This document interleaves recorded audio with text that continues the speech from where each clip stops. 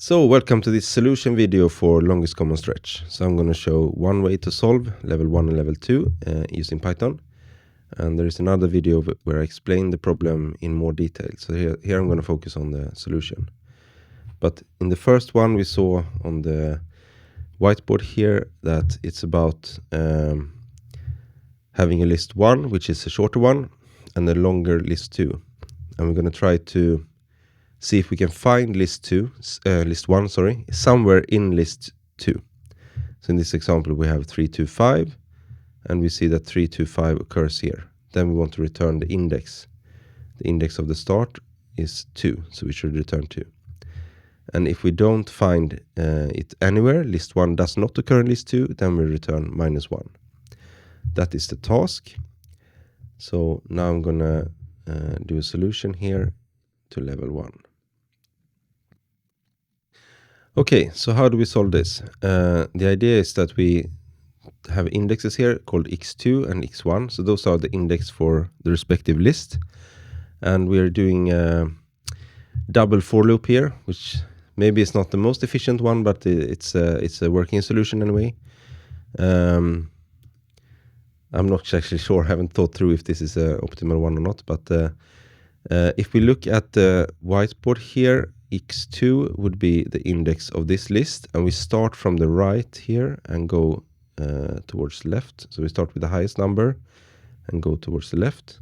And in the index 1 loop, we just start from index 0, go to 1, go to 2. That's the idea with the code here. So yeah, this is the index that goes in reverse order over list 2. And then this is the for loop that goes in normal forward order in index 1 or in list 1. And then we do some checks here. So we're going to check if we need to break. So one thing that can happen is that where we start in index 2 plus where we are in list 1, if that is longer or equal to the length of list 2, that means we are outside of we are behind after the last element of list 2. So that's the problem. Then we can't go any further, so we need to break.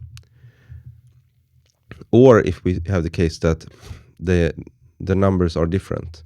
So the integer in list 1, where we look at x1, is not the same as list 2, where we are looking at x2, the start of list 2 where we're looking, plus where we are in list 1. It means that basically the location we are looking at is differing. Then we have to break. And here we do a check after breaking, so we can go no further. Then we check if the index of if we have a match for all of list 1, that means that we have a solution. So we have gotten to the end of list 1. So index 1 is equal to the length of list 1 minus 1. That means that we are at the end of it, or x1 is at the last number of the list. Then we have found a solution, and we return x2. So basically, looking again here at what I drew before. So we have this one, 325, and maybe I should make a point of saying that here we use x1 and here we use x2. So if we have x1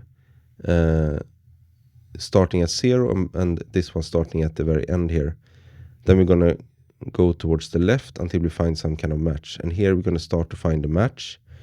So this case, index 1 is 0 and x2 is 2. And here we start to increase x1. We see that those are the same, so we will not hit the break. So we go to index 1 of x1, then we're looking here, 2 plus 1, then we're looking at this index, they are still the same. Then we increase x1 again in the for loop, and we go to x1 equals 2. That means that 2 plus 2, then we are at index 4 here. They are still the same, so we don't break. And then in the next row, we see that we are at the end of list 1, means we can return it. I feel like I'm explaining this in a little bit complex way, but this is the general idea. So here we have a solution and we return it. Whereas if we go through both for loops and we never get to the end of list 1, then we return -1. So that is when there are no numbers, no integers in the two lists which, or sorry, when list 1 never occurs in list 2, then that's this case. Okay, so now let's run the code, see what we get.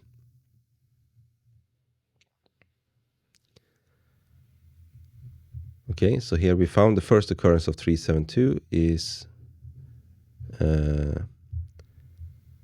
there. This is a little bit funny because we actually get the point here, even though we are actually looking at the last occurrence, whereas we should return the first occurrence. So I guess we should actually not use reversed in this case when I reread the description, but we still get the correct solution there.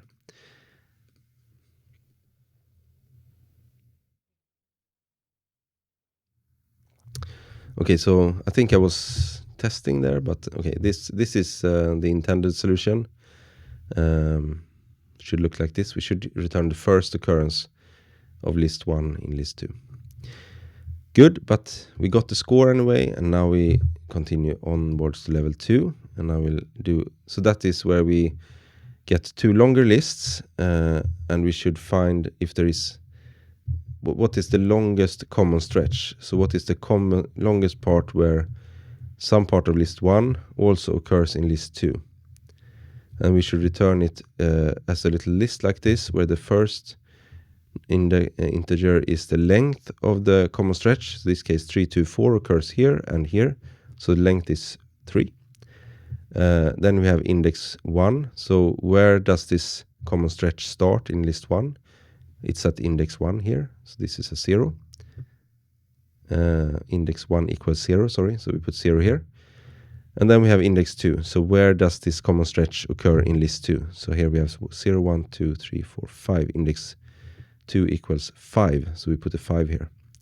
And if there is no common stretch, meaning there is no common number, common integer in any of the two lists, then we return 0, 0, 0, which is a special case, like so. But now let's have a solution here which we can look at. Okay, so what do we have here? The idea is here that we set, we basically have the solution here. If you remember, we should in the end return a list, which is always 3 long, with some special meaning here. So the first item is the max length of the longest common stretch. Then we have the index where it starts in list 1 and the index where it starts in list 2. So we save those here and we start with 0, 0, 0, which is what we will return if there are no common integers in the two lists. Here we have 2 for loops. So for some reason we're going in the opposite direction here. We start from the right of the list. We do the same for list 2 as well. So the length of the list, and we create a range object here, and then we do reversed, which is not entirely necessary, but that's the way it is now. So in here we have a certain position in list 1 and we have a certain position in list 2, and we start by saying that the common length is 0, and then we're going to check if we can increase this length where there is a common stretch of numbers. And the check is basically to see if we are still within range. So since this is lazy evaluation, it means that if this is false, it will not look at this last condition here. So we will not try to read outside of the length of the list. So we see if x1 is still within the length of list 1, if x2, index 2, is still not going outside of list 2. And okay, once we have checked that, then we do the actual comparison. So we see if list 1 at the intended start point and at the length we are currently checking, so starting at length 0, we just see if there's any number at all in this position which is correct. Compare it with the same kind of indexing in list 2. And if that's true, then we know that we have at least one number one integer at this position, x1 and x2, which are the same. So we increase the length and say, we found length 1 here. And then we immediately save it. So as soon as we find just one number, like if you look at the example here, as long as we find something like 2 here and the 2 here, which are the same, then we're going to save that in our variables. So length is greater than max length, then we set max length to the new length that we found, which could be as little as 1. And we also save the index where this occurred in list 1 and in list 2, like so. And then we just keep doing this. So we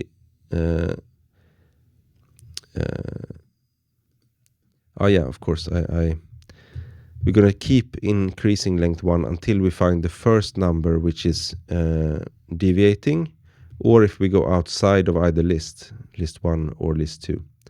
So we're going to get the actual length of the number of digits which are the same at index 1, index 2 here. And then we save that. And then we're going to check that for all the possible index 1 and index 2. So if we go to our little whiteboard here, we're going to check it for, we're going to start actually at the back here. And then we're going to check all combinations of index 1 and index 2. So it's going to be an m times n. I mean, if this one is length m and this has length n, we're going to do m times n here in number of comparisons, or number of places where we check for the longest common stretch.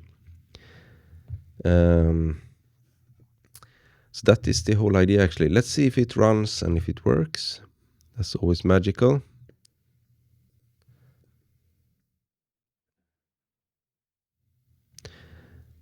Okay, so here we have one of the random cases, and why it marks the first, where it says list 1 here, is because if we look closely, those two lists don't actually have any number in common. So here we should return 0, 0, 0. So that was a bit of a special case. Let's try it again and see if we find some other list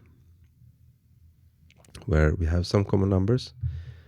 Okay, again we have two lists which have no numbers in common, no integers in common. But I would like to see it also working when we have something in common. Okay, here we had something. So we found the same solution as the correct one.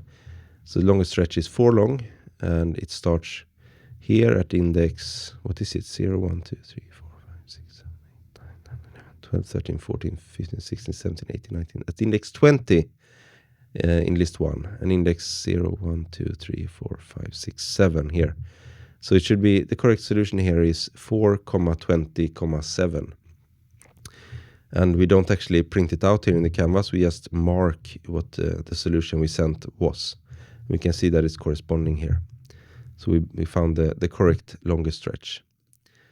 So that is one way to solve longest common stretch in Python. Good luck in the programming language you're using.